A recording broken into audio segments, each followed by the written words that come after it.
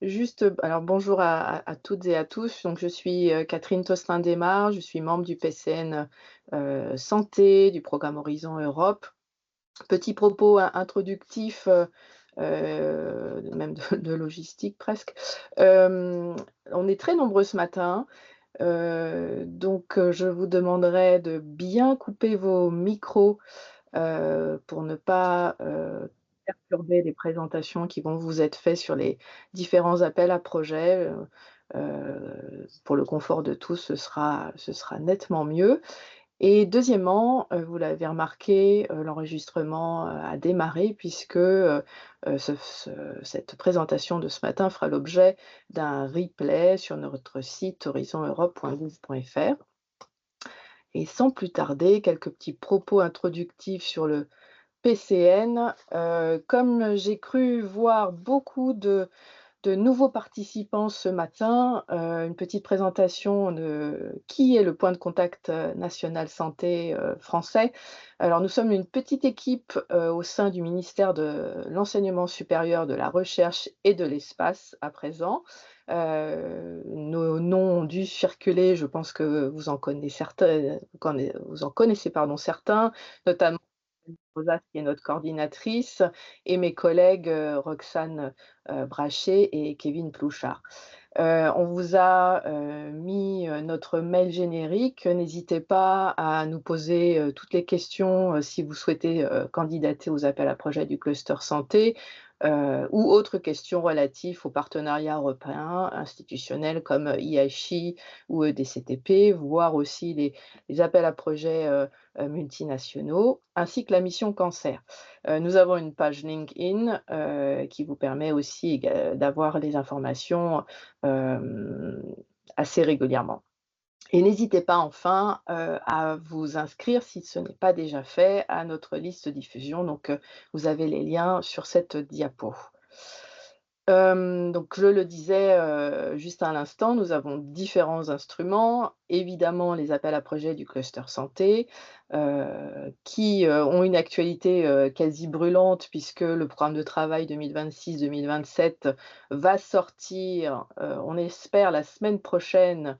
Il y avait eu, des informations sur le fait que ça sortirait en janvier, mais a priori, il faut se tenir informé puisque ça va être courant, du mois de décembre, pour des dépôts à la mi-avril pour les appels à projets 2026. Nous traitons également, des appels à projets de la mission cancer, et nous suivons aussi, nous faisons de l'information et de la sensibilisation sur, le partenariat européen, public-privé IHI, ainsi que le partenariat européen, sur, les essais cliniques en partenariat avec les équipes pardon des Afriques subsahariennes sur les maladies infectieuses et émergentes. Et enfin, nous, avons aussi dans notre scope, même si nos collègues de l'ANR et de la DGOS, sont en première ligne, nous avons les partenariats cofinancés, qui vont vous être présentés, juste après moi. Et enfin, également, sur cette diapo, différentes informations où vous pouvez trouver les informations sur le cluster santé. Si ça reste obscur pour vous, encore une fois, n'hésitez pas à nous contacter directement par mail, ou par téléphone, vous trouverez, le portail des PCN sur notre portail horizoneurope.gouv.fr. Et enfin, je ne vais pas tout énumérer, mais sachez qu'il y a un grand nombre d'informations, enfin en tout cas d'événements, organisés justement avec le lancement des programmes de travail, cluster santé et mission cancer. Donc il faut rester, en alerte, puisque, entre la fin janvier et le début février, vous avez un certain nombre, d'événements comme des infodays et des brokerage events, hein, des événements de réseautage, que ce soit, organisés par nous-mêmes, PCN Santé, avec des collègues, européens. Donc vous voyez, le 22 janvier, avec, nos partenaires britanniques, le 4 février avec, les Pays-Bas.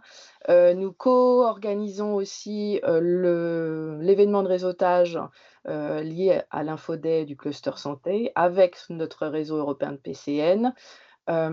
Et puis, nous avons aussi, donc l'événement, l'Infoday du cluster santé le 10 février, l'Infoday de la mission cancer le 21 janvier et le Brokerage Event, donc l'événement de réseautage de la mission cancer entre le 28 et le 29. Je ne les ai pas mis ici sur la diapo, mais il y aura un certain nombre, de présentations sur les différentes destinations du programme de travail 2026 du cluster santé, et ça, ce sera je pense que ce sera réindiqué, mais ce sera première quinzaine, dans la première quinzaine de janvier 2026. Voilà, j'en ai fini. Je vais passer, la main à présent à mes collègues, de l'ANR. Je crois que c'est, Mylène ou, Mickaël qui vont démarrer. Oui, tout à fait. Je pense que je vais commencer et Mylène va nous partager les diapos. Donc, merci Catherine, merci d'organiser ce webinaire d'information et également merci à Monica pour avoir coordonné aussi ce webinaire du côté de l'ANR. Donc vous avez été nombreux à vous inscrire. Je crois plus de 300 participants se sont inscrits à ce webinaire. Donc merci pour votre intérêt dans nos initiatives. Et je tiens également à saluer mes collègues de la DGOS, Cécile et Mélanie, qui participent également à ce webinaire car la DGOS participe dans certains partenariats aux côtés de l'ANR, c'est avec plaisir de les recevoir aujourd'hui. Le programme du jour, il est assez simple. On sait que le financement de la recherche à l'Europe est un peu complexe, donc notre objectif, il est assez simple, c'est essayer de décrypter un des instruments de financement de Horizon Europe, que sont les partenariats cofinancés, et on espère qu'ils représenteront une opportunité pour vous. Et donc, on va vous présenter au cours de ce webinaire les différentes initiatives multinationales prévues en 2026.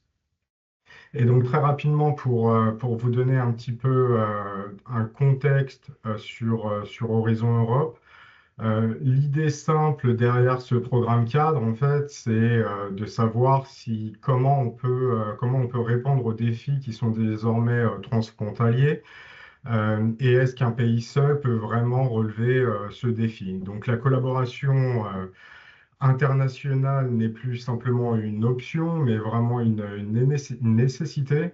Et donc, la réponse stratégique de l'Union européenne a été de créer ce programme cadre qui s'appelle présentement Horizon Europe et qui repose sur quatre piliers. Le premier pilier, c'est évidemment l'excellence scientifique. Ensuite, on a le pilier dont l'objectif, c'est de s'attaquer à des grands défis mondiaux. Et entre ces deux piliers, il y a également un troisième pilier qui est l'innovation européenne qui cherche à renforcer et à stimuler la compétitivité. Et enfin, ce qui lie un petit peu tous ces piliers, c'est évidemment la collaboration qui permet d'assurer un impact maximal des résultats des projets. Slide suivante, s'il te plaît. Merci. Donc concrètement, comment ça marche?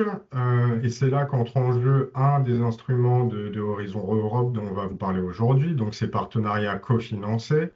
Donc il s'agit d'un engagement commun où l'Union européenne, les agences de financement nationales comme l'ANR, mais également comme la DGOS chez nous en France, et parfois le secteur privé unissent leurs ressources afin de financer des projets. Et donc, ces partenariats, en fait, ont pour objectif de créer un espace européen de la recherche. Et on suppose que le fait de travailler ensemble va permettre de démultiplier l'impact et que les résultats finaux seront bien plus grands que la simple somme des efforts de chacun. Slide suivante, merci. Et donc, dans le détail, comment se traduit cet engagement? Donc cet engagement des ressources se traduit par une participation de la Commission européenne en général dans les frais de coordination et de management de ces programmes, mais surtout dans le financement des projets.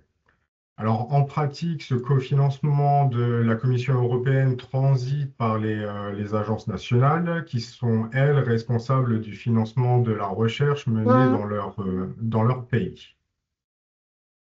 Et on le verra plus tard, ça a son importance car ça sera avec l'ANR ou avec la DGOS que vous allez contractualiser. Diapo suivante. Merci. Donc on arrive à la question pourquoi les partenariats multinationaux plutôt que les partenariats nationaux? Qu'est-ce qu'on y gagne lorsqu'on est un chercheur ou une institution en France? Donc d'un point de vue global, les avantages pour l'Europe sont assez clairs. C'est d'abord une harmonisation et une accélération des avancées technologiques. Ça permet de répondre beaucoup plus vite à des problèmes de santé publique. Et enfin, par un effet de levier, ça permet d'optimiser, mais également de maximiser les financements dédiés à ces appels à projets. Alors pour les communautés scientifiques, ça permet d'accéder à des ressources importantes et cruciales, comme des grandes cohortes de patients, par exemple, ou alors des infrastructures qui ne sont pas ou peu disponibles en France. Mais ça permet également à des communautés de se structurer à l'échelle européenne. Enfin, de façon un peu plus individuelle, ça représente également une bonne préparation avant la participation à d'autres piliers de Horizon Europe. On peut penser notamment à des piliers, des appels du Cluster Health.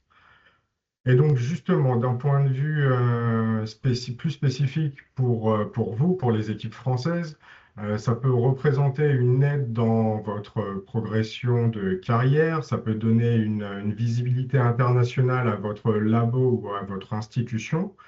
Et au final, toutes ces innovations qui en résultent bénéficieront non seulement aux citoyens, mais à la société dans leur ensemble, dans son ensemble, et en particulier en France.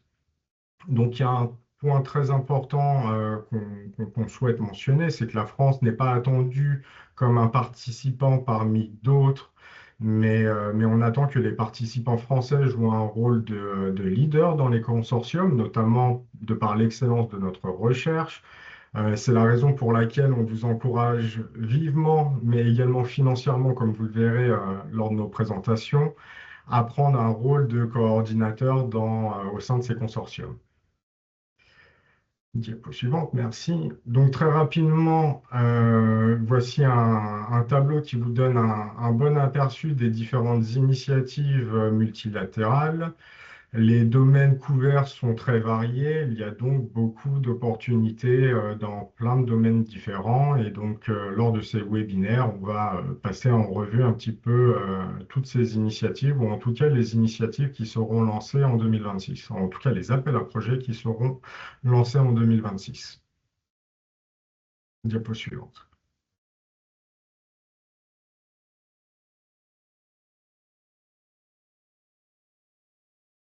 Ouais, tu peux passer à la diapo, pardon. Ouais, merci. Tout de suite, avant de donner la parole à ma collègue, je vais d'abord aborder un petit peu les modalités pratiques au niveau du partenariat et ensuite ma collègue Mylène continuera sur les modalités pratiques, mais au niveau de l'ANR. Donc, il faut savoir que bien que ces appels ont un socle commun important les uns et les autres, il peut exister tout de même des légères variations. Ces différences peuvent avoir lieu au niveau du processus de montage, peut avoir lieu au niveau du processus d'évaluation, on peut avoir un appel qui est en une ou deux étapes. Les critères d'évaluation peuvent également légèrement changer d'un appel à l'autre. Et enfin, les critères d'éligibilité peuvent varier d'un appel à l'autre et notamment les critères d'éligibilité nationaux. Donc, en fait, comme je vous le disais, comme précédemment, c'est l'ANR ou la DGOS qui vous financera. Il sera donc impératif de suivre et de respecter les conditions de participation de l'ANR et de la DGOS et du règlement et de nos règlements financiers respectifs. Slide suivante. Et donc voici un aperçu un petit peu du processus d'un appel à projet. Comme vous pouvez le voir, il s'agit d'un processus qui s'inscrit sur un temps long. Les appels à projets sont en général lancés en novembre-décembre d'une année et se terminent avec la contractualisation et le conventionnement uniquement l'année suivante. Donc globalement, l'appel à projet est lancé en novembre-décembre et là, vous allez avoir environ 2 mois pour soumettre votre pré-proposition lorsqu'il s'agit d'un appel en 2 étapes. Donc la deadline va être en général autour de février. S'ensuit alors en fait une phase de vérification de l'éligibilité. Alors il y a deux types de vérification de l'éligibilité. Une éligibilité au niveau central du partenariat qui est réalisée au niveau par le secrétariat de l'appel, qui a pour objectif de vérifier l'éligibilité des projets tandis qu'une autre vérification est effectuée par les agences de financement elles-mêmes qui vont vérifier l'éligibilité de leurs partenaires. Une fois cette éligibilité faite, les projets éligibles sont transmis aux évaluateurs. Donc, en général, on va avoir 3 évaluateurs, 3 experts scientifiques qui vont expertiser votre proposition. Et selon les appels, il peut y avoir une première réunion du comité d'évaluation qui va se tenir au cours du mois d'avril, qui va discuter des propositions et s'en suivra alors pour tous les appels un comité de pilotage qui est composé des agences de financement qui se réuniront pour décider de quelles propositions seront invitées à soumettre une proposition complète. Donc là, les porteurs sont informés. Vous avez à nouveau une période de 2 mois pour rédiger et soumettre votre proposition détaillée. Et à nouveau, on rentre dans une phase d'éligibilité des projets et des partenaires. Et suite à cette éligibilité, les projets sont expertisés par les évaluateurs au cours du mois de juillet et août. Et en général, ce qui se passe, c'est que les porteurs ont la possibilité d'avoir un droit de réponse sur les commentaires qui auront été préalablement transmis. Évidemment. Ce droit de réponse, qu'on appelle également rebutal, a lieu sur le mois d'août et c'est des informations qui seront à nouveau transmises en vue de la réunion du comité d'évaluation qui se tiendra au cours du mois de septembre. Également, suite à cette évaluation scientifique, il y a également une analyse de la conformité éthique qui est effectuée. Et il est nécessaire que votre projet soit conforme éthiquement pour être considéré comme finançable. Donc, juste sur la slide précédente, pardon. Une fois que le comité d'évaluation a eu lieu, ce qui va se passer, c'est que le comité de pilotage va se réunir et va décider de quelle proposition sera sélectionnée. C'est un processus qui peut être une phase qui peut être un petit peu longue car on essaye d'optimiser l'utilisation des budgets nationaux et du budget de la Commission européenne.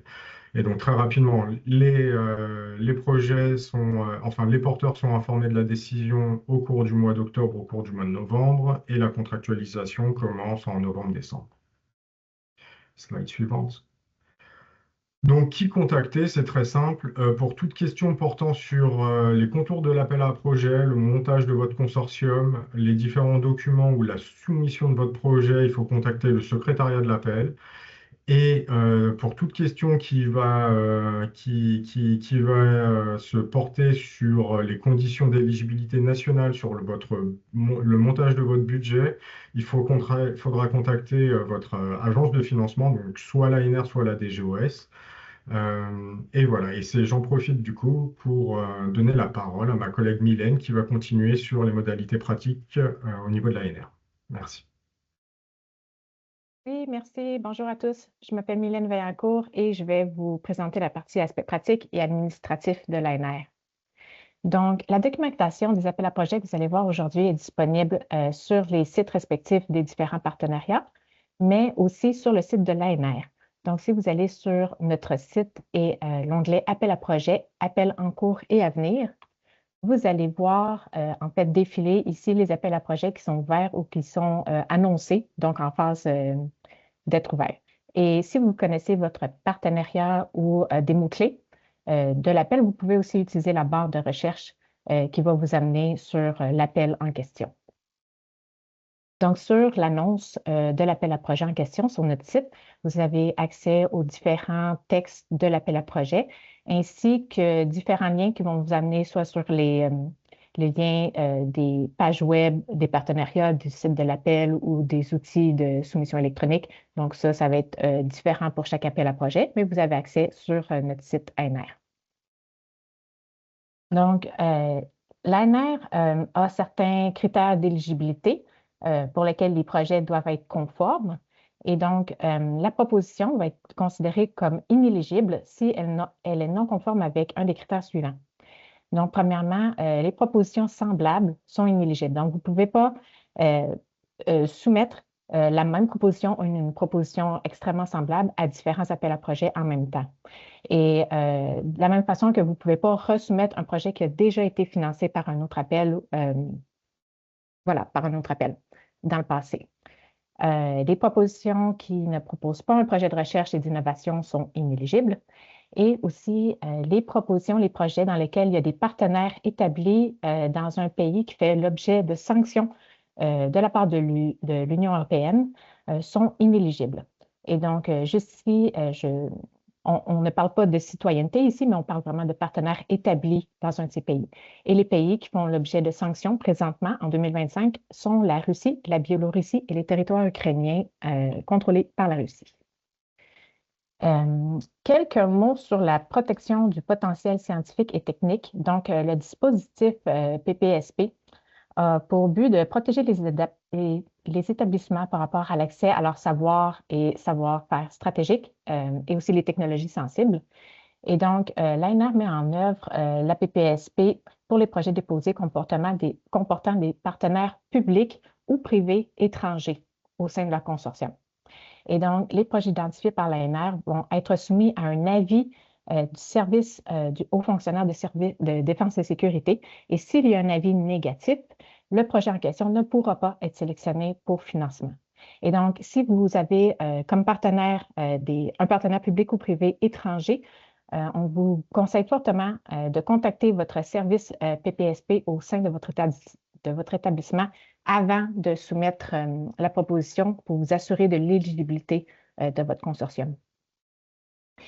Les projets internationaux qui vont être présentés aujourd'hui sont exemptés de deux règles limitant le nombre de projets déposés à l'ANR. Donc, ces deux règles sont relatives premièrement au nombre de coordinations.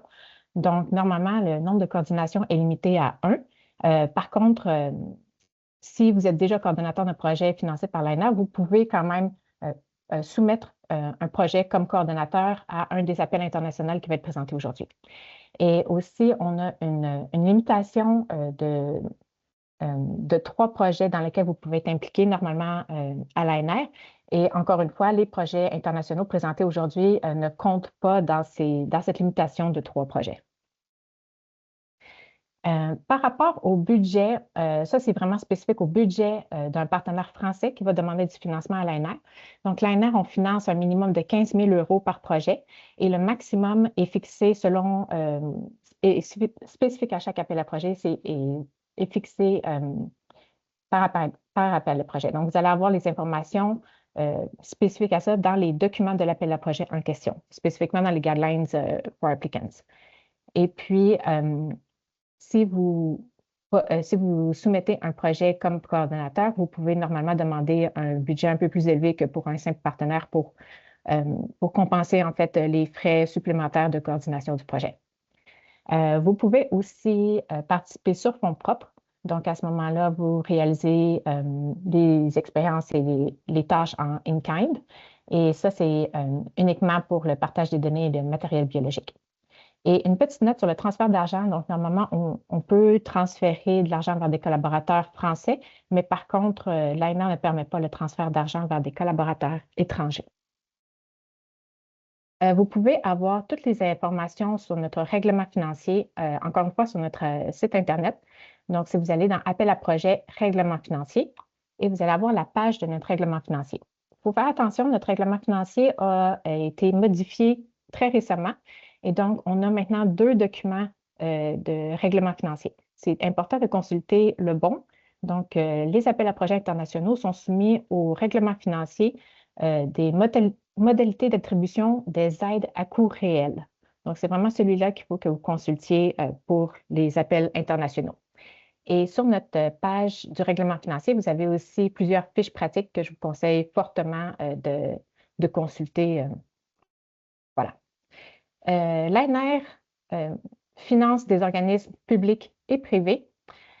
Si vous êtes un partenaire privé, vous devez remplir une déclaration relative aux activités économiques de votre organisme. Et ça va être utilisé en fait pour déterminer votre éligibilité et aussi votre taux de financement de l'ANR selon vos activités et le type d'organisme.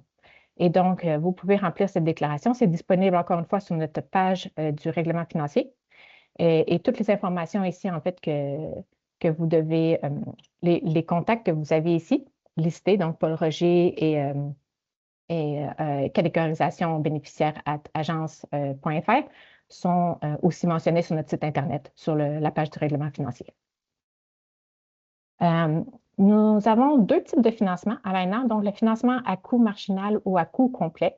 Donc, de façon générale, à coût marginal sont éligibles les organismes publics de recherche, donc établissements publics et assimilés, et aussi les fondations, normalement, sont à coût marginal.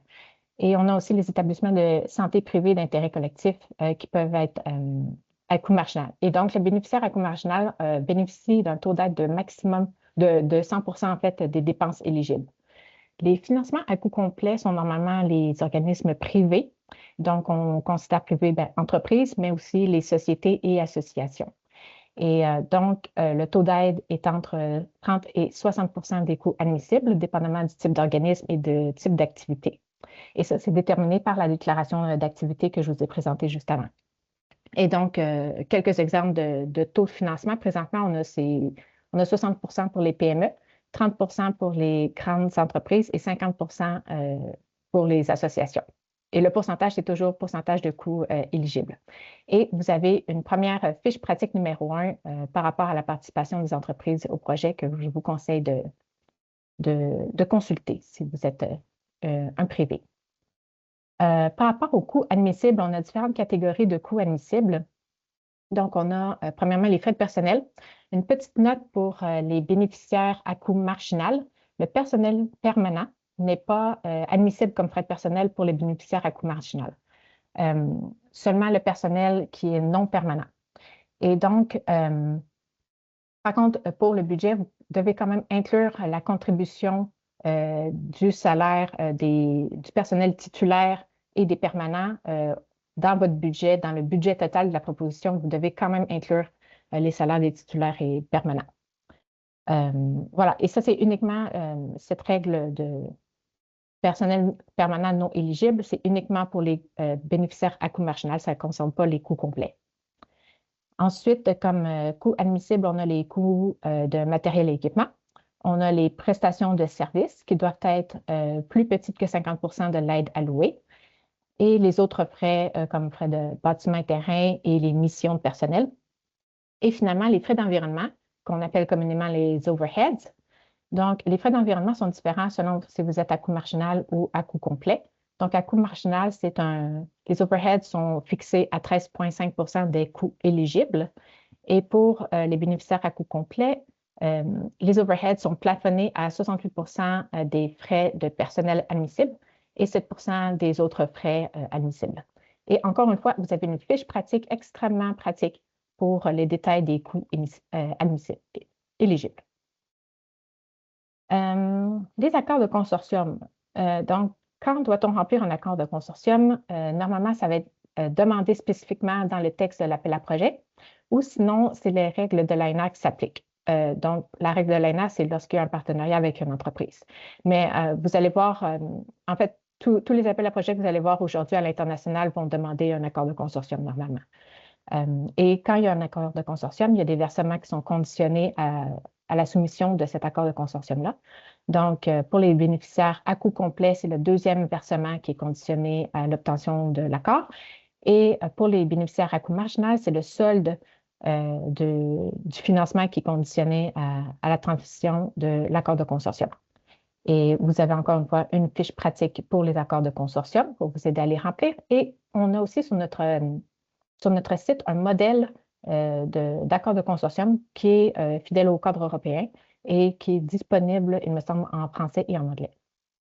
Et pour terminer, évidemment, les bénéficiaires de l'ANR, on vous demande de vous inscrire dans une démarche de sciences ouvertes, c'est-à-dire vous allez devoir remplir un plan de gestion de données. On vous demande de publier en accès libre et aussi de bien choisir en fait les entrepôts de stockage de données que vous allez, lorsque vous devez stocker des données. Et quelques exemples de bonnes pratiques de sciences ouvertes, c'est d'utiliser des licences ouvertes, comme le Creative Commons CC BY. Et aussi, on vous demande de déposer vos publications sur la base HAL. Et évidemment, vous devez de référencier l'ANR, donc par l'identifiant projet, dans les remerciements de chaque publication qui ont été réalisées en utilisant les fonds de l'ANR. On vous demande aussi de prendre en considération la dimension du genre dans les recherches, dans vos recherches, et évidemment de faire preuve du plus grand sens éthique et de la plus grande intégrité scientifique dans vos recherches. Et vous avez un peu plus d'informations sur les liens qui sont présentés ici. Et voilà, donc avant de passer aux appels à projets, je pense qu'on voulait faire une petite période de questions, si vous avez des questions, ou sinon vous pouvez continuer à mettre vos questions dans le chat et évidemment, mes collègues vont continuer à vous répondre. Je pense peut-être on peut prendre un ou deux questions avant on passe, mais pas plus, si possible. Donc, il y a eu une question sur les partenaires privés, si c'est obligatoire de remplir les formulaires de la déclaration des activités économiques, qualification des bénéficiaires des aides, si c'est obligatoire de le remplir. Je dirais, mais je laisse aussi mes collègues de le corriger si nécessaire, je recommande de remplir cette feuille si vous avez un premier projet déposé à l'ANR. Si vous avez eu déjà des projets déposés à l'ANR, votre statut est déjà connu et si vous êtes éligible ou pas. Donc, je propose surtout si vous êtes un organisme privé et c'est le premier dépôt de projet, je recommande fortement de remplir cette déclaration. Ou si vous avez eu des changements importants au niveau financier, par exemple, dans une entreprise, ça serait important aussi de la re-remplir pour s'assurer que vous continuez à être éligible et aussi si jamais ça avait un taux, ça avait un taux sur un impact sur le taux de financement. Exact. Super. Oui, je pense pour les autres questions, peut-être on peut les répondre par chat et peut-être on peut continuer avec la présentation des appels à projets. C'est bien parfait. Donc, on va continuer la présentation. Et bon, ça, c'est juste encore un petit tableau récapitulatif des différents partenariats et appels ouverts. Et on va commencer par mon collègue Michael qui va vous présenter le THCS. Merci Mylène. Donc, je vais désormais vous parler d'une première initiative qui s'appelle Transforming Health and Care Systems. Et comme son nom l'indique, en fait, il s'agit donc d'un partenariat qui cherche à renforcer les systèmes de santé et de soins afin qu'ils s'adaptent aux défis et aux contraintes de notre temps. Slide suivante. Donc parmi ces défis, on peut notamment citer le vieillissement démographique qui accentue la pression sur nos infrastructures et le besoin en services. On peut également penser aux crises environnementales et sanitaires qui mettent la pression sur nos infrastructures. Et enfin, évidemment, des instabilités économiques qui mettent en suspens la durabilité et la qualité de nos prestations de soins et de services. Alors, le partenariat THCS, c'est un partenariat qui rassemble une soixantaine d'organisations de 26 pays différents. Parmi ces membres, on va retrouver des ministères de la Recherche, des ministères de la Santé, des agences de financement et des organismes de recherche. Notamment pour la France, on va retrouver donc l'ANR, évidemment, mais la DGOS, donc le ministère de la Santé, et également l'INSERM qui participe à ce partenariat. Donc la contribution des partenaires pour l'ensemble de ce partenariat est de 300 millions d'euros et la Commission européenne va abonder à hauteur de 90 millions.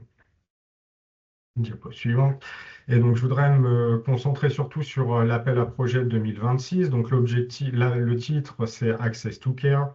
Et l'objectif, c'est de permettre au plus grand nombre d'accéder aux soins de santé, aux services de santé et de soins, et ce faisant de réduire en fait les inégalités qui peuvent exister. Donc, parmi ces inégalités, on peut notamment penser à des inégalités géographiques où des zones sous-desservies vont provoquer des temps de trajet plus longs ou un manque de services spécialisés. On peut également penser à des facteurs socio-économiques et des inégalités culturelles et linguistiques qui vont mettre qui vont réduire la capacité de prise en charge des patients ou la qualité de prise en charge des patients. On peut penser également à une fracture numérique qui peut être due à des différents niveaux de littératie numérique ou à un manque d'infrastructures qui peut exister. Et enfin, et au-delà des soins basés sur la valeur, on peut imaginer que la surutilisation ou la sous-utilisation des soins peut conduire à une mauvaise utilisation des ressources et donc conduire à des inégalités. Diapo suivante. Je ne vois plus les diapos, je ne sais pas si c'est juste de mon côté ou... Non, on a perdu nous aussi. Non, il y a eu un souci chez D'accord. Mylène. Voilà. Peut-être j'ai les diapos ouverts, je peux repartager si vous voulez. Si tu les as, ouais, avec plaisir. Oui. Merci. Tout de suite.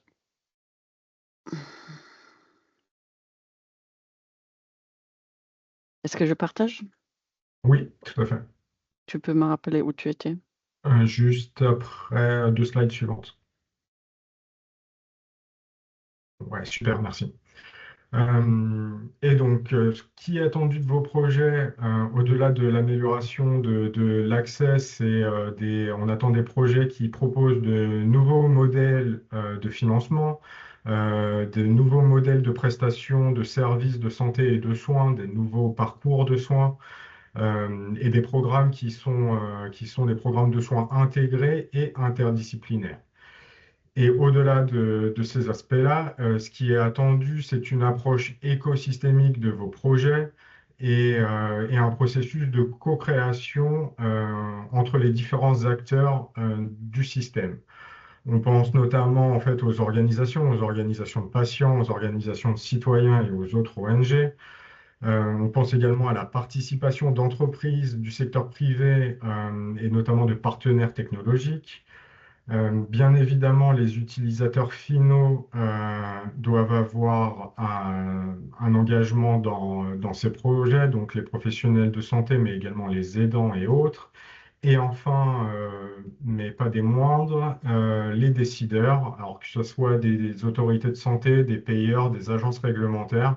On attend vraiment une participation et un engagement important important de ces différents acteurs, mais de ces décideurs pour que votre projet, les résultats de votre projet s'inscrivent dans une réalité, soient adoptés en fait et transférés. Slide suivante, s'il te plaît.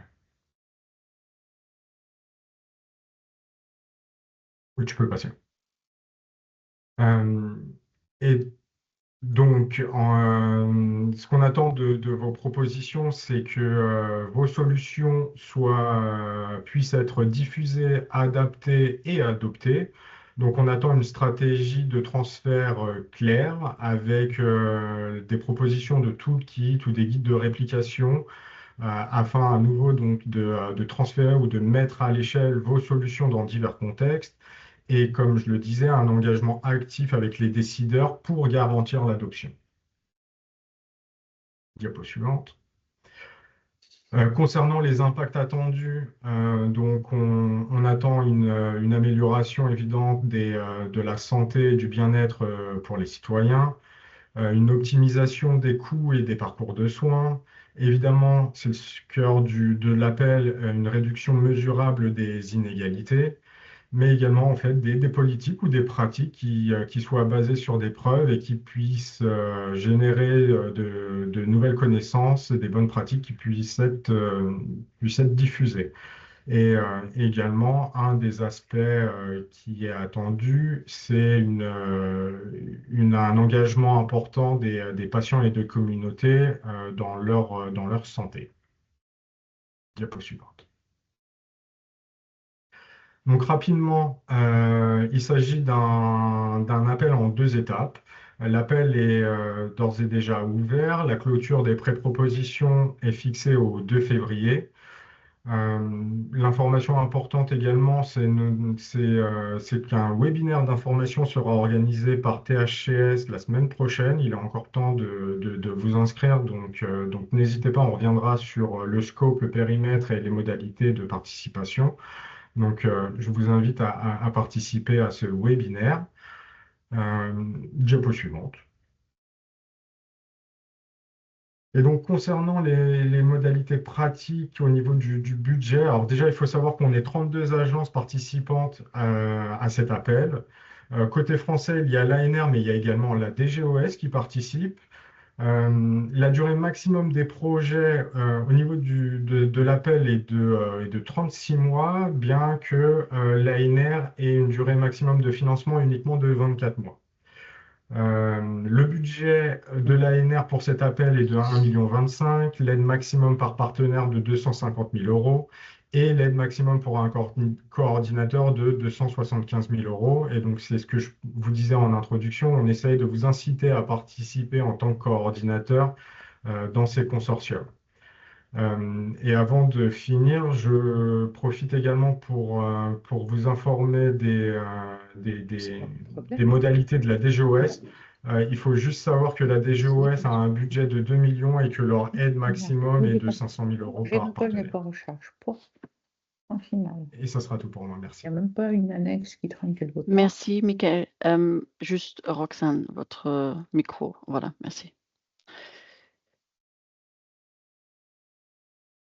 Merci, Michael. Et je donne la main aux collègues de neurosciences.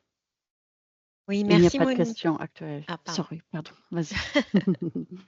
Merci Monica, merci à tous. Donc bonjour, moi je m'appelle Catherine Marquer, donc je m'occupe de coordonner les initiatives internationales en neurosciences.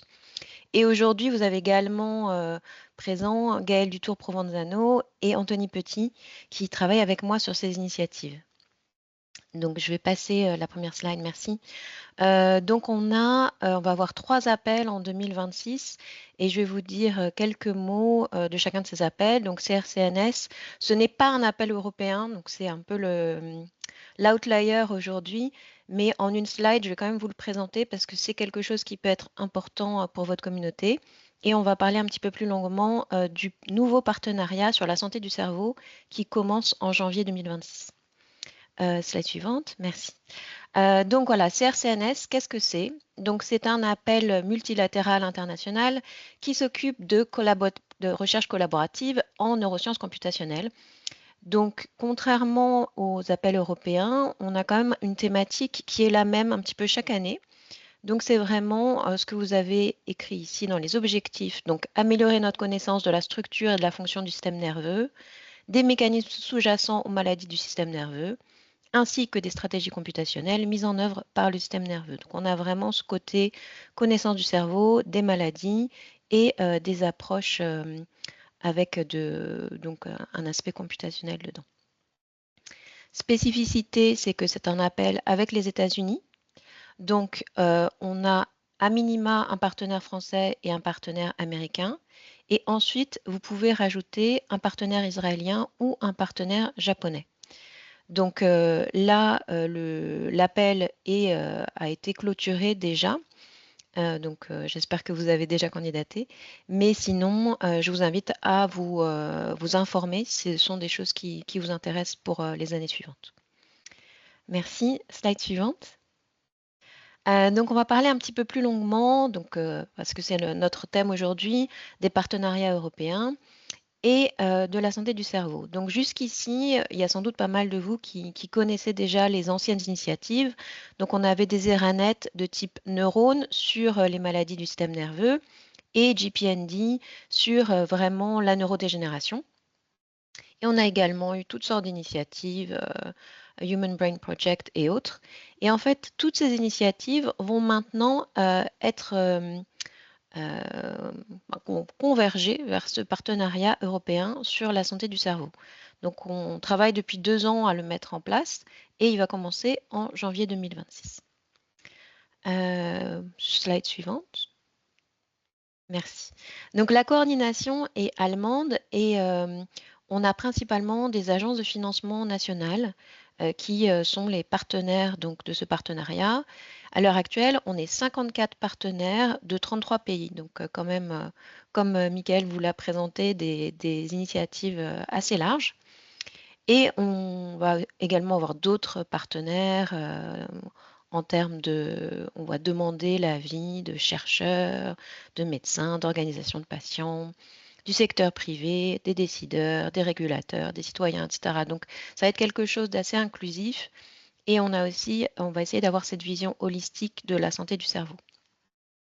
Donc, c'est un partenariat européen cofinancé qui va durer pendant 10 ans à partir de 2026. Vous avez les chiffres également. Et en fait, ce qui est en effet spécifique, c'est qu'on couvre toutes les thématiques en lien avec la santé du cerveau, donc vraiment la connaissance fondamentale de comment le cerveau fonctionne, mais également toutes les pathologies liées au cerveau, à l'exception du cancer. Et la participation des jeunes chercheurs est très encouragée au sein des consortia, donc n'hésitez pas, même si vous êtes en début de carrière, c'est vraiment un super tremplin pour développer votre réseau. Slide suivante. Merci. Donc, on a développé un agenda stratégique de recherche et d'innovation. Donc, on a beaucoup de grands thèmes et ça peut être très intéressant si vous travaillez dans ce domaine pour comprendre nos priorités. Donc, je vous invite vraiment à scanner le QR code ou aller voir notre agenda stratégique sur le site du partenariat. Donc, ça a été développé sous la coordination de l'INSERM et de l'ANR. Donc, vous êtes vraiment, les Français sont bien représentés dans les priorités. Donc, slide suivante. À nouveau, on peut avoir toute la slide. Voilà, donc c'est ce que je vous disais à l'instant. Donc, ce qui est important, c'est qu'on va regarder toutes les thématiques du côté bonne santé du cerveau, donc comprendre comment le cerveau fonctionne, la prévention, la résilience, les mécanismes de compensation. Vous avez un petit peu ce que ça veut dire avec cette idée quand même de la diversité des populations. Et on va aller jusqu'aux maladies du cerveau, donc neurologie, neurodégénératif ou non, la psychiatrie et les désordres des organes des sens. Donc tout ça est inclus dans ce partenariat. Slide suivante. Et donc voilà, ce qui vous importe le plus, c'est qu'on va commencer le partenariat par 2 appels. Donc on commence le 1er janvier et on va lancer les 2 appels le 8 janvier. Et donc on a, pour commencer, décidé de faire 2 appels qui font un petit peu écho aux communautés qui sont déjà en place, avec l'idée assez rapidement de les faire converger en une seule communauté de santé du cerveau. Donc, le sujet commun, c'est les facteurs biologiques, sociaux et environnementaux qui impactent la trajectoire de la santé du cerveau au cours de la vie. Donc ça, c'est le sujet commun aux deux appels. Et en fait, vous allez avoir une communauté qui était anciennement neurones, donc dans le champ des maladies neurologiques, mentales et des organes des sens. Et d'autre part, un deuxième appel qui est spécifiquement sur les maladies neurodégénératives. Ce qui est nouveau, c'est que maintenant, si vous travaillez sur les deux, vous pouvez demander de l'argent, ce qui n'était pas possible avant. C'était vraiment, les gens devaient travailler en silo. Donc maintenant, vous avez la possibilité de développer un projet qui s'adresse à la fois, par exemple, à la psychiatrie et à une maladie neurodégénérative. Mais ce qu'il faut savoir, c'est que si vous candidatez à l'appel 1, vous ne pouvez pas candidater à l'appel 2 avec le même projet, évidemment. Donc le call secrétariat, ce sera donc à l'ANR. Voilà, vous avez le site. On va faire la pré-annonce lundi prochain, le 8 décembre, pour une ouverture de l'appel le 8 janvier. Donc vous aurez déjà lundi des informations sur les pays participants, etc. Et je vois une question de Sébastien. Oui, ça remplace le programme Neurone qui finit en 2026 et qui n'a plus d'appel à projet. Et voilà, je pense que c'est tout pour moi. Merci beaucoup, Catherine. Je ne vois pas le chat, juste pour être sûr, il n'y a pas d'autres questions pour vous? Ok, non. Bon, merci beaucoup, Catherine et l'équipe. Et je donne la main donc à Florence pour les appels à projets maladies rares. Bonjour tout le monde. Donc, pour ceux qui ne me connaissent pas, je suis Florence Guillot et donc je vais vous présenter le partenariat, l'appel à projet du partenariat RDRA. Donc, la thématique de cette année, c'est vraiment résoudre l'irrésolu dans le diagnostic des maladies rares. Et en gros, je ne vais pas vous réciter à nouveau l'appel, mais c'est en gros toute maladie génétique ou non génétique rare qui n'a pas été diagnostiquée de manière précise ou qui n'a aucun diagnostic du tout, peuvent postuler à cet appel. Et en utilisant différentes méthodologies que nous suggérons par ailleurs dans le texte de l'appel. Diapo suivante. Donc, la composition des consortiums à prendre en compte, c'est la même chose chaque année. Donc, c'est un minimum de 4 équipes issues de 4 pays différents participant à l'appel. Vous pouvez aller jusqu'à 6 partenaires et aussi monter jusqu'à 8 si vous ajoutez des équipes issues de pays sous-représentés ou des jeunes chercheurs. On encourage vivement aussi à inclure dès le début du projet, dès sa construction, des associations de patients. Et je vous ai mis la liste des pays qui participaient à l'appel. Alors, il y a une petite nouveauté cette année qui est Malte. Donc, Malte ne veut pas participer à l'appel en soi, mais si vous l'ajoutez en tant que collaborateur, l'agence maltaise nous a assuré qu'elle financerait le collaborateur du projet sur le projet sélectionné. Donc, le budget total que nous avons cette année et qui inclut l'argent de la commission, c'est environ 29 millions d'euros. La dotation de l'ANR, c'est 2,5 millions. Un coordinateur peut demander jusqu'à 310 000 euros et le partenaire 250 000. Et vous pouvez demander jusqu'à 400 000 euros par projet s'il y a 2 partenaires français.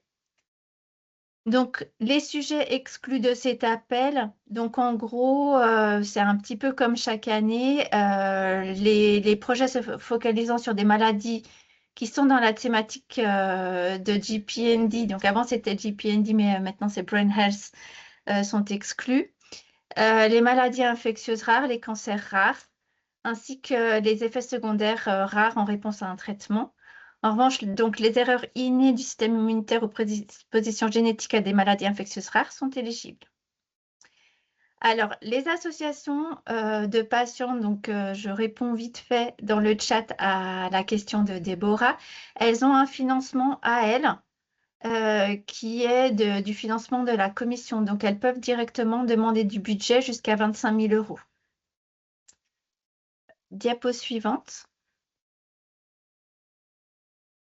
Donc, une spécificité à ces appels, il faut savoir qu'on demande obligatoirement d'indiquer le code ORFA en fait, de la maladie ou du groupe de pathologie que vous étudiez. Et on voulait juste vous rappeler qu'il y a un code ORFA dédié aux maladies non diagnostiquées et qu'il faudra indiquer celui-ci pour le cas où vous ne connaissez pas la maladie. Donc, l'ANR cette année est secrétariat de l'appel. Et j'aurai avec moi Charlotte Lérissi qui va m'aider sur cet appel. Donc, l'ouverture, c'est le 10 décembre, ça arrive très, très, très vite. Et le webinaire d'information, c'est le 16 décembre. Donc, je vous ai mis le lien en dessous pour vous enregistrer si vous voulez avoir plus d'informations sur cet appel. Donc, en gros, la clôture en première étape, c'est le 12 février et la clôture en deuxième étape, le 8 juillet. Diapo suivante. Là, c'est d'autres appels à projets qui sont lancés au sein d'Herdera et qui pourraient aussi vous intéresser. Donc, en 2026, on va lancer un call essai clinique. Et là, je vous encourage vivement à vous inscrire à la lettre d'information parce que toutes les informations passeront par la newsletter. Si vous n'êtes pas constamment sur, on va dire, le site internet d'Herdera. Et il y a aussi le Networking Support Scheme qui a aussi son importance et qui est ouvert en continu. Et c'est pour l'organisation d'événements, pour construire un nouveau projet de recherche. Et là, encore une fois, vous pouvez avoir association de patients et cliniciens et chercheurs dans les mêmes groupes. Et voilà, c'en est fini pour moi, normalement. Merci beaucoup, Florence. Il y a eu une question qui a été posée au début et qui est revenue dans le chat. Les études tox réglementaires peuvent-elles être réalisées dans le cadre du projet RDRA Clinical Trials ou doivent-elles impérativement être terminées avant de candidater à un appel à projet Clinical Trials? Alors ça, on n'a pas encore déterminé en gros le contour de l'appel. Le texte de l'appel n'est pas encore sorti, donc là-dessus, je ne peux pas vous répondre pour l'essai clinique. Merci beaucoup. Je suppose que c'est pour l'essai clinique que cette question était posée. Oui. Donc, inscrivez-vous à la newsletter. C'est tout ce que je peux. Normalement, on avait prévu de faire une pré-annonce entre, on va dire, entre le printemps et le début de l'été 2026. Donc, je suis désolée, c'est un petit peu large, mais pour l'instant, je ne peux pas être plus précise. Merci, Florence. S'il y a d'autres questions pour Florence, bien sûr, n'hésitez pas de poser vos questions aussi par le chat. Merci beaucoup. Donc, on passe au prochain partenariat. Donc, c'est moi qui va présenter le partenariat pour la médecine personnalisée. Je m'appelle Monica Frenzel et je suis responsable en général pour les actions médecine personnalisée. Et je vais vous présenter les deux appels à projets de EPPermed et les autres activités de ce partenariat. Juste un petit rappel très général, ce partenariat a été lancé en 2023 et va lancer des appels à projets pour 7 ans, donc des appels à projets annuels dans lesquels ANR participe comme agence de financement et aussi d'autres appels à projets. Donc, le gros budget de ce partenariat serait investi dans les appels à projets. Ici, c'est un petit résumé des types différents des appels à projets dans l'EPPermed. EPPermed essaie de donner un support à la recherche sur les phases différentes, plutôt recherche typique dans les Joint Transnational Calls, mais aussi la recherche plutôt vers l'innovation et aussi quelques appels à projets qui donnent un support à plutôt l'implémentation. Avant, je vais vous présenter les appels à projets dans lesquels ANR participe comme agence de financement. J'aimerais bien vous rappeler que sur le site de EPPermed, vous avez les informations de tout appel à projet. Il y a 2 appels à projet qui sont déjà ouverts ou qui ont été lancés en partie. Donc, le Fast Track a été lancé le 2 décembre. C'est surtout intéressant, je suppose, pour les startups ou pour les équipes qui aimeraient bien valider avec un Validation Center leurs outils ou leurs recherches. Donc, ça, c'est un appel à projet qui a été juste lancé, qui est plutôt vers l'innovation. Et nous avons aussi un Twinning Call le but de ce Twinning Call est de partager une approche d'implémentation d'une approche de médecine personnalisée d'un centre clinique à un autre. Donc, je vous invite de regarder ici aussi, de visiter le site web de EPPermed. La phase de matchmaking a commencé. Aujourd'hui, je vais plutôt présenter le Joint International Call de 2026 ainsi que le Research Innovation Technology Call 2026. Donc, le premier appel à projet qui a été lancé déjà le 1er octobre et le premier Research Innovation Technology Call, c'est un appel à projet typique comme tous les autres Joint Transnational Calls, mais plutôt poussé vers l'innovation. Donc, par exemple, le but est de cet appel à projet où c'est obligatoire d'avoir un partenaire privé et un partenaire clinique obligatoirement dans le consortium. Le titre de cet appel à projet est Test and Demonstration of Multimodal Data Approaches for Personalized Medicine. Il y a 16 pays différents qui participent et aussi des régions de l'Europe. Donc, vous avez la liste à gauche du diapo et aussi, bien sûr, toute cette information est aussi disponible dans le texte de l'appel à projet. Le focus de cet appel à projet est sur les maladies chroniques et c'est obligatoire de combiner au moins de travailler sur des projets ou avec des patients qui ont au moins 2 maladies chroniques. Donc, la question est vraiment sur la comorbidité.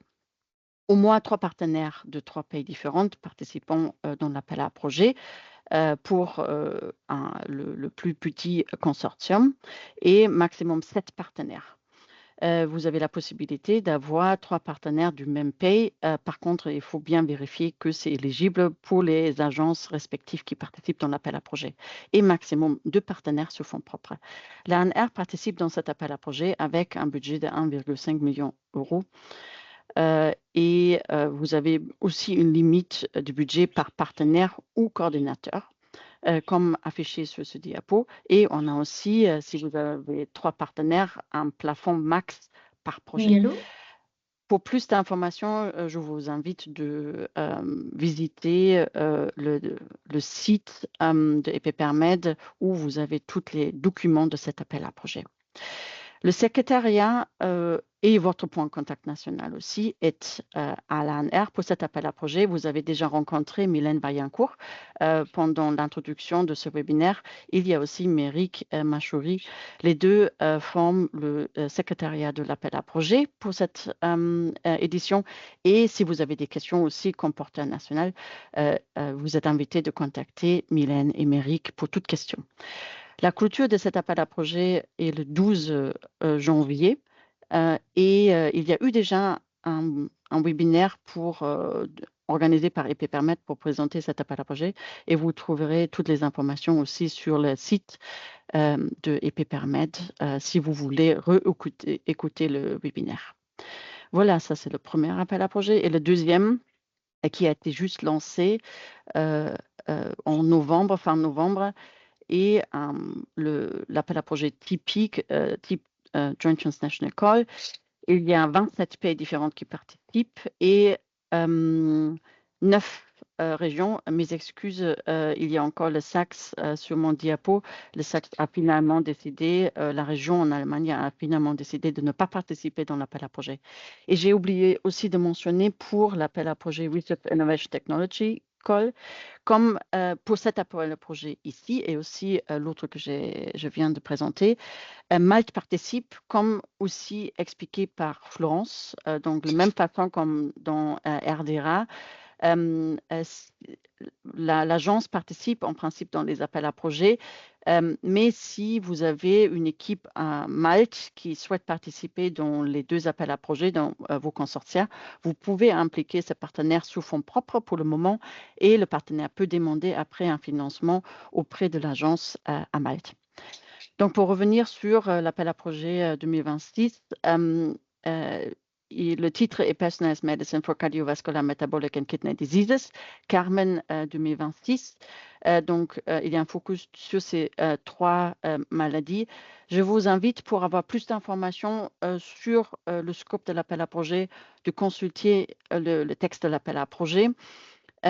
Juste pour mentionner, l'ANR participe avec un budget de 3,5 millions d'euros. On a un budget spécifique par partenaire encore et coordinateur. Ici, dans ce partenariat ou dans cet appel à projet, il y a aussi 7 partenaires minimum par consortia de 3 pays différents et maximum 6 partenaires.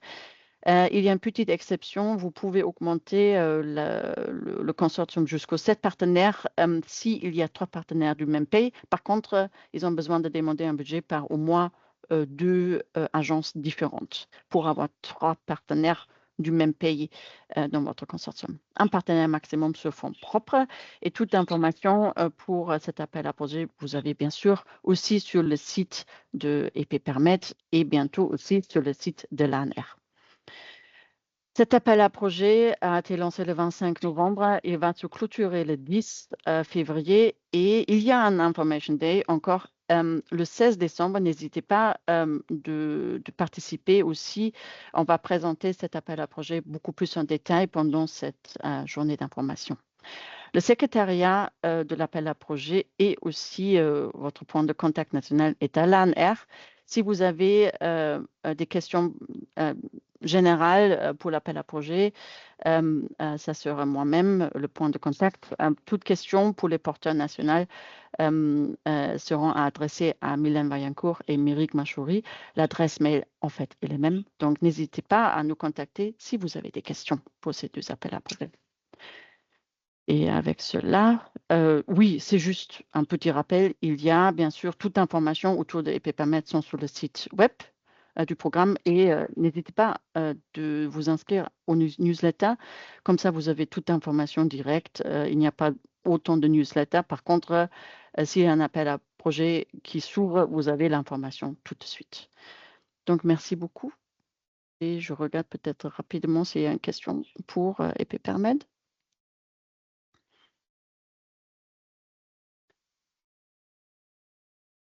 Ou peut-être je lis les questions et je vous réponds par chat et je donne la main à ma collègue Martine Bachou pour présenter le partenariat ERA4Health. Merci Si c'est Monica. OK pour toi.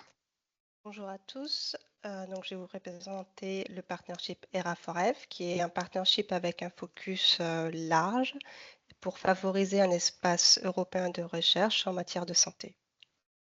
Donc, l'objectif d'ERA4Health est de mettre en place un mécanisme de financement commun afin de soutenir une programmation conjointe et répondant aux priorités européennes en santé publique, et ainsi de positionner l'Europe comme leader en sciences et innovation dans le domaine de la santé.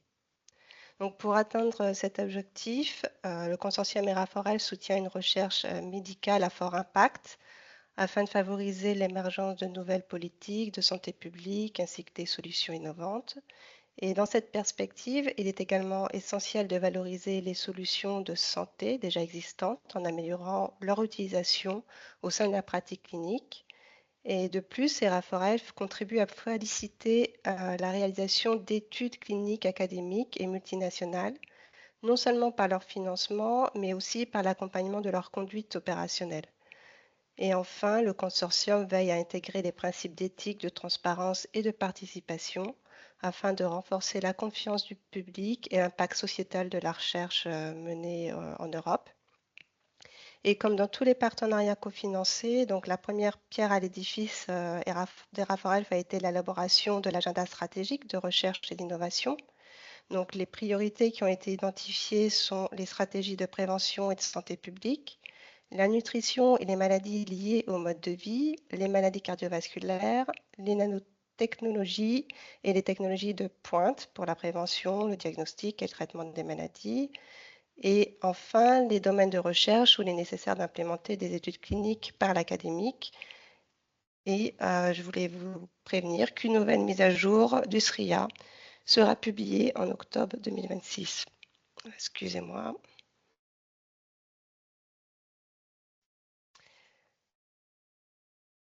Et donc le consortium est aussi un consortium très large composé de partenaires de 27 pays et sont principalement des organisations de financement, mais aussi 3 infrastructures européennes, EATRIS, ECRIN et le TPN.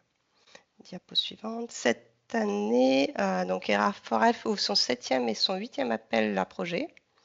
Donc l'ANR participe dans le 8e appel à projet qui est nommé Prevent2 et qui a pour objectif de comprendre et de prévenir le surpoids et l'obésité, notamment les mécanismes de leur apparition et de leur progression, et les déterminants négligés et une nouvelle stratégie pour les périodes cruciales de transition de vie. Donc, il est composé de 2 sujets, donc 1 et 2. Le 1 étant amélioration de la compréhension des causes de l'obésité et du surpoids et les complications qui leur sont associées grâce à la recherche mécanistique. Et le deuxième, le développement de stratégies de santé publique pour la prévention du surpoids et de l'obésité liées aux différentes périodes cruciales de transition de vie. Donc, les propositions soumises doivent vraiment répondre soit au sujet 1 et au sujet 2, mais ne peuvent pas couvrir les 2 sujets. Par contre, il est vraiment possible d'aborder les 2 sous-sujets que je vais vous décrire dans un court instant en un seul ou un seul des 2. Donc le sujet 1, donc le sous-sujet, il a le sous-sujet 1A qui est l'étude des mécanismes biologiques responsables de l'apparition et de la progression du surpoids et de l'obésité, ainsi que les maladies qui leur sont associées. Donc les facteurs secondaires avec des influences potentielles sur les mécanismes biologiques, comme l'environnement de vie, le style de vie et ou les facteurs psychologiques doivent être considérés lors de ces études quand ils sont pertinents. Le deuxième sujet, sous-sujet topic 1 est d'étudier la manière dont le surpoids et l'obésité contribuent au développement des complications cliniques ainsi que leurs effets sur l'efficacité des traitements thérapeutiques ciblant d'autres maladies. Le sujet 2, donc comme son intitulé l'indique, se focalise sur les périodes cruciales de vie et ces périodes peuvent correspondre à un changement biologique tel que la période qui suit l'accouchement ou la ménopause ou un changement socio-environnemental comme le diagnostic d'une maladie ou le départ en retraite. Le sous-sujet 2A a pour objectif de comprendre et adresser les déterminants jusqu'ici ignorés de l'apparition et de la progression du surpoids et de l'obésité, ainsi que leur indépendance Et le sujet 2B est de développer de nouveaux outils ou de nouvelles stratégies préventives visant à prévenir l'apparition et la progression du surpoids et de l'obésité. Donc, il est important aussi de tenir compte du statut physiologique, pathophysiologique et psychologique des populations étudiées, ainsi que leur situation socio-économique. Et un point essentiel est que les projets doivent analyser l'impact économique des outils ou stratégies développés au sein du projet et qu'ils formulent des recommandations à destination des décideurs publics afin de les accompagner dans l'élaboration de nouvelles directives et réglementations visant à renforcer la prévention sur le surpoids et l'obésité. Il y a deux exclusions, qui sont les études cliniques de phase 3 et 4 et aussi les projets étudiants uniquement des populations âgées entre 12 ans et 25 ans. Donc, cet appel à projet a été ouvert le 13 novembre et se clôturera le 21 janvier à midi. Les résultats seront communiqués aux coordinateurs de projet le 13 avril. et ils auront jusqu'au 11 juin à midi pour soumettre la proposition complète. Il y aura ensuite une période de droit de réponse entre le 24 août et le 4 septembre et les résultats seront annoncés fin octobre. Au regard de l'éligibilité, donc comme vous venez de le comprendre avec ma description des dates principales, il y a 2 étapes pour cet appel à projet. Le minimum de partenaires faisant partie d'un consortium doit être de 3 pays éligibles différents, mais dont 2 pays membres ou associés. En effet, donc dans notre appel à projet, on a l'Égypte et Taïwan qui participent. Donc un consortium ne peut pas être formé, par exemple, de Français, d'Égyptiens et de Taïwanais. Ça, ce ne sera pas éligible. Il faudrait rajouter un autre pays membre ou associé. Et le maximum de partenaires est de 5 ou de 6 ou 7 si des partenaires de pays sous-représentés sont inclus dans le consortium. Et ces pays sous-représentés sont l'Estonie, la Slovaquie et Taïwan. Et nous avons reçu l'information très récemment que la Turquie aussi en fait partie. On a un maximum de 2 collaborateurs par consortium et tout comme MRDERA permet dans cet appel à projet, les collaborateurs maltais pourront être soutenus ensuite par leur agence maltaise. Le budget total est de 19 millions, l'ANR participe à hauteur de 2,5 millions et on alloue 250 000 € par partenaire jusqu'à 3 000 € pour un coordinateur et la totalité possible pour un projet est de 400 000 €. Le call secrétariat et moi-même et ma collègue Ingrid Pfeiffer. Donc voilà, donc diapo suivante s'il te plaît. Donc là, c'est le 7e appel à projet d'ERA4Health qui est appelé Trials for Health. L'ANR ne participe pas à cet appel à projet, donc c'est la DGOS, le ministère de la Santé, qui est parmi nous, mais malheureusement j'ai eu un petit message de Mélanie qu'elle devait absolument s'absenter pour une urgence. Donc je vais reprendre la présentation de cet appel à projet pour eux. Donc cet appel à projet est plutôt un appel à essais cliniques multinationaux initiés par des chercheurs dans le domaine des maladies cardiovasculaires, auto-immunes et métaboliques. Donc, l'objectif est de soutenir des études cliniques randomisées, interventionnelles et pragmatiques dans plusieurs pays à l'initiative d'un chercheur. Différents types d'études cliniques peuvent être déposés, donc des études d'efficacité comparée. Donc, cela implique des interventions de soins de santé actuellement approuvées, soit entre elles, soit par rapport à la norme de soins actuelle.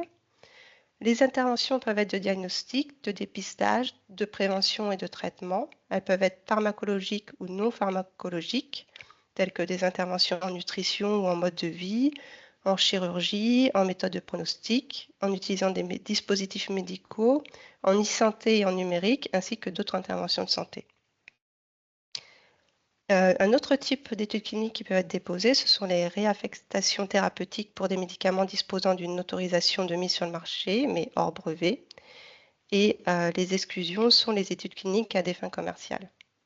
Donc, les champs médicaux sont ceux dans le titre, donc maladies cardiovasculaires, troubles métaboliques et maladies auto-immunes. Cet appel à projet ouvert le 6 novembre et clôturera le 27 janvier à 16 h avec un résultat le 17 avril. La soumission des propositions entières sont déposées le 17 juin. Le droit de réponse est également du 24 août au 4 septembre. Et cet appel à projet est un peu particulier car il y a également l'interview du coordinateur et du représentant du sponsor qui auront lieu pendant la même période du 24 août et 4 septembre. L'annonce des résultats est attendue au fin octobre. L'éligibilité, donc là il s'agit de pays, non plus de partenaires, donc 3 pays éligibles, différents dans 2 pays membres ou associés. Le maximum, c'est 5 pays éligibles, 6 ou 7 en présence de pays sous-représentés qui sont République tchèque, Slovaquie, et le maximum de 3 collaborateurs. Le total du budget est de 32 millions et la DGOS participe avec 2 millions. Donc, le contact national de la DGOS est Mélanie Fischer et Cécile Frani, et le secrétariat de la paix est à Madrid, à l'Institut Rafael Carlos III. Donc, il y a une particularité pour cet appel à projet, il s'agit du mécanisme de financement. Prochaine diapo, s'il vous plaît. Donc, comme les autres appels à projet, les partenaires reçoivent un financement de l'organisme de financement. Toutefois, ERA4Health offre des services de gestion fournis par ECRIN à hauteur de 15% de l'aide totale requise par tous les partenaires auprès de leur agence de financement. Donc, ce financement, il permet de financer des activités qui doivent être financées d'un pays à l'autre et qui ne sont généralement pas éligibles auprès des organisations de financement. Et ces services peuvent inclure la gestion globale de l'étude, la sécurité, la conception d'études, l'élaboration de protocoles et encore autre exemple, l'analyse statistique, Et donc ce service se réalise est coordonné entre le coordinateur de l'étude et le nœud national d'ECRIN. Donc pour la France, il s'agit de FECRIN. Et si vous voulez être coordinateur, il est nécessaire d'en tenir informé FECRIN au plus vite. Prochaine diapo. Donc là, il s'agit des conditions de financement de la DGOS. Donc la DGOS, il travaille avec un système de monobénéficiaires. Un seul partenaire français postule et ensuite ce partenaire français va pouvoir répartir le budget à d'autres entités françaises. Donc le cas, c'est un maximum de 500 000 € par projet qui peuvent être accordés. Un maximum de 300 000 € peuvent être accordés si l'étude clinique est déjà financée par le ministère français de la Santé dans le cas d'un appel national à projet. Et dans le cas, les coûts éligibles sont strictement limités aux activités transversales au niveau européen, à condition qu'elles ne soient pas déjà couvertes par ECRIN. Ces activités peuvent inclure la gestion des données, analyse comparative entre pays, diffusion des résultats. C'est une note importante, ces deux scénarios de financement sont mutuellement exclusifs. Le ministère français de la Santé n'autorise pas le double financement par les mêmes activités. Les établissements de soins sont les établissements de santé français sont les établissements éligibles. Pour le dépôt de la proposition, il y a un dépôt à réaliser au niveau de la DGOS avec un certificat de dépôt signé et un tableau budgétaire. Donc voilà, je vous invite à contacter Mélanie Fischer et Cécile Frani pour toute question. Merci. Merci beaucoup, Martine. Il y a une question déjà pour toi. Si tu veux, une PME française peut coordonner un projet ERA4Health? Oui, c'est possible, mais il faut vraiment que cette PME soit en bonne santé financière parce qu'on ne veut pas que ce projet s'arrête en cours de route. Donc, je dirais oui, mais avec une attention particulière. Et il y a une question pour le Trials for Health call. Je laisse peut-être Mélanie, si elle a l'occasion de revenir, répondre dans le chat ou s'il vous plaît, adresser cette question à la DGOS. Parfait. Merci beaucoup, Martine. Je pense qu'on peut continuer avec la dernière partie pour ce webinaire aujourd'hui. Et je donne la main au team de One Health AMR. Merci, Monica. Donc, bonjour à tous. Donc, je me présente, Xiao, donc chargée de projets scientifiques internationaux donc à l'ANR et plus particulièrement sur le partenariat européen One Health Antimicrobial Resistance, aussi appelé EUP-OH-AMR.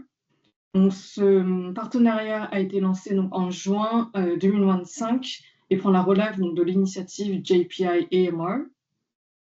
L'objectif du partenariat est donc d'apporter un soutien conjoint à la recherche et à l'innovation et de mobiliser les acteurs pour relever donc, les défis de la résistance aux antimicrobiens dans une approche One Health. Le partenariat rassemble 53 organisations dans 30 pays au sein et en dehors de l'Union européenne, comme vous pouvez voir sur la carte. sur la gauche. La France y est représentée donc par l'ANR, qui fait également partie de l'unité de coordination, et nous sommes notamment responsables de la coordination de l'agenda stratégique ainsi que du programme de financement de la recherche. Diapo suivante, s'il te plaît. Merci. Donc, les fondements du partenariat OH-AMR sont décrits dans l'agenda stratégique de recherche et d'innovation. Cet agenda donc, définit les objectifs du partenariat, la logique d'intervention, les résultats attendus, ainsi que les priorités de recherche, toujours dans une approche One Health. Pour structurer donc, les actions du partenariat, 3 grandes priorités scientifiques ont été définies. En une, donc la prévention de l'émergence et la diffusion de la résistance aux antimicrobiens, également l'utilisation appropriée des antimicrobiens et la prévention et le contrôle des infections, et en troisième, les options thérapeutiques innovantes et ayant un bon rapport coût-efficacité. Les actions du partenariat OH-AMR s'organisent également autour de 4 programmes dédiés qui fonctionnent de manière coordonnée et interconnectée. Nous avons des programmes de financement de la recherche et de l'innovation, également des programmes de renforcement de capacités, par exemple pour des formations, mise en réseau, jumelage, collaboration. Également des programmes d'exploitation de données et des programmes d'impact. Donc, 6 appels à projets annuels seront lancés durant la durée du partenariat. Également, 3 appels biannuels pour le renforcement de capacité. La slide suivante. Merci. Donc, un appel à projets transnationaux intitulé Treatment and Adherence to Treatment Protocols a été ouvert donc, le 18 novembre dernier. Cet appel de 2026 vise à renforcer l'efficacité des traitements et limiter le développement de résistance aux antimicrobiens. L'appel s'articule donc autour de 3 thèmes scientifiques, de 3 topics. Le premier thème étant l'identification et le développement de nouvelles combinaisons d'antimicrobiens ou de combinaisons d'antimicrobiens et d'adjuvants afin d'améliorer l'efficacité des traitements et de réduire le risque d'apparition de résistance. Le topic 2, il s'agit du développement d'outils et de méthodes permettant d'améliorer l'adhérence des utilisateurs aux protocoles thérapeutiques recommandés. Et le troisième topic agit sur l'évaluation de l'impact des antimicrobiens à usage vétérinaire et agricole sur le risque de transmission chez l'homme et dans l'environnement afin de guider les politiques publiques relatives donc, à la restriction des usages de certains antimicrobiens. Pour cet appel 2026, tous les secteurs One Health, que ce soit en santé humaine, santé animale, santé des plantes et environnement, sont concernés, avec un focus sur les pathogènes bactériens et fongiques. Donc, plusieurs dates importantes sont à retenir pour la soumission donc, de l'évaluation des projets, notamment la date limite de soumission des propositions du 2 février donc 2026 à 13h précise, mais également la clôture de l'étape 2, donc la soumission des propositions détaillées qui aura lieu donc, le 17 juin 2026. Au total, donc, 28 pays participent à cet appel pour un budget cumulé de plus de 31 millions d'euros. La France y est représentée donc, par l'ANR et contribue à hauteur de 2 millions d'euros. Au niveau national, le financement maximal est de 45 000 euros par projet et de 450 000 euros par projet et de 250 000 euros par partenaire, avec un plafond porté à 330 000 euros pour les coordinateurs français. Et donc, comme nous avons dit au début de la présentation, nous encourageons vivement les chercheurs français à être porteurs des projets sur les différents partenariats européens. Et donc, cette année, l'ANR assure également le secrétariat de l'appel. Donc, n'hésitez pas à nous contacter via l'adresse mail dédiée pour toute question concernant l'éligibilité au niveau général, mais également l'éligibilité nationale. Merci. Merci beaucoup pour la présentation. Je ne vois pas encore une question spécifique pour One Health AMR. Nous sommes à la fin de notre présentation, de notre côté. Donc, c'est vraiment le moment maintenant pour poser peut-être des questions que vous avez encore. Donc l'équipe est encore là et à votre écoute. Et sinon, vous avez dans cette présentation qui sera aussi partagée tous les contacts pour les appels individuels. Donc n'hésitez pas à contacter les collègues individuels pour les questions plus précises pour chaque partenariat ou appel à projet. Je pense qu'il y a une question pour One Health AMA qui est arrivée. Si tu veux Oui, j'allais répondre. y répondre par écrit, mais effectivement, donc, au niveau de l'appel général, il n'y a pas de contrainte à proprement parler sur la définition des partenaires privés ou publics. Et on n'exclut donc pas un consortium 100% privé.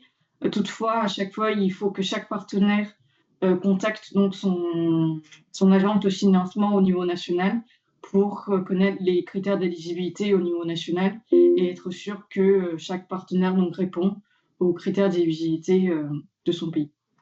Merci.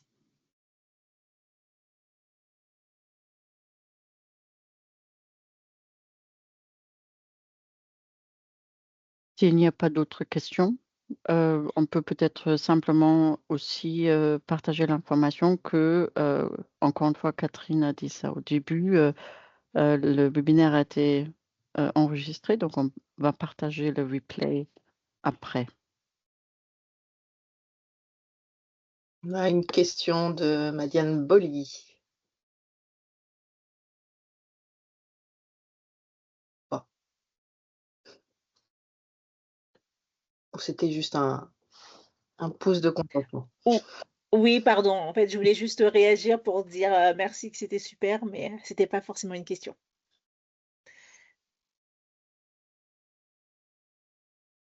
C'est bien aussi. Merci beaucoup. S'il n'y a pas d'autres questions ou si l'équipe n'a pas quelque chose à ajouter, je pense on peut même clôturer le webinaire plus tôt que prévu. Il y a une question dans le chat pour Super. Partnership Watch AMA. À votre connaissance, est-ce que la plateforme Partner Tool a permis de constituer des consortiums?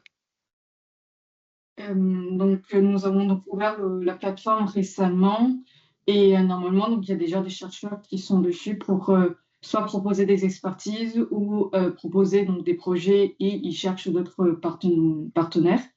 Donc, à ma connaissance, je ne sais pas comment ça s'est passé les autres années puisque c'est ma première année donc, sur le partenariat, mais je pense que c'est un outil qui pourra être très utile lorsque vous avez déjà un projet mais qu'il vous manque un partenaire spécifique pour une expertise spécifique. Merci. Je peux peut-être ajouter, on utilise aussi Pathfinder dans d'autres initiatives, notamment dans ERA4Health, et donc depuis quelques années maintenant, et des partenaires ont en effet réussi à être en contact grâce à cet outil.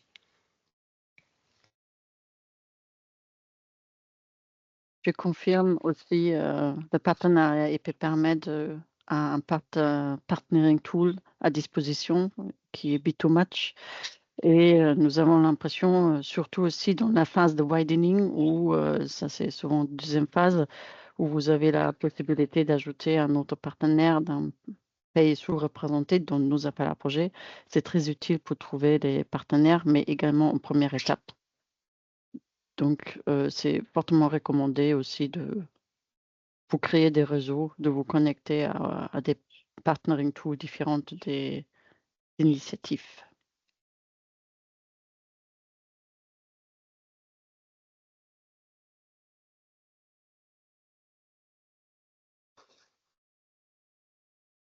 Bon, est-ce que c'était l'ultime question? Je pense que oui. Bien, merci à toutes et à tous. Merci aux collègues de l'ANR. Comme d'habitude, c'est très instructif. Et puis, évidemment, le webinaire sera mis en replay, ainsi que les présentations, le PowerPoint, qui sera très, très utile. Voilà, je souhaite une très bonne journée à tout le monde et à bientôt. Merci beaucoup. Merci. Merci.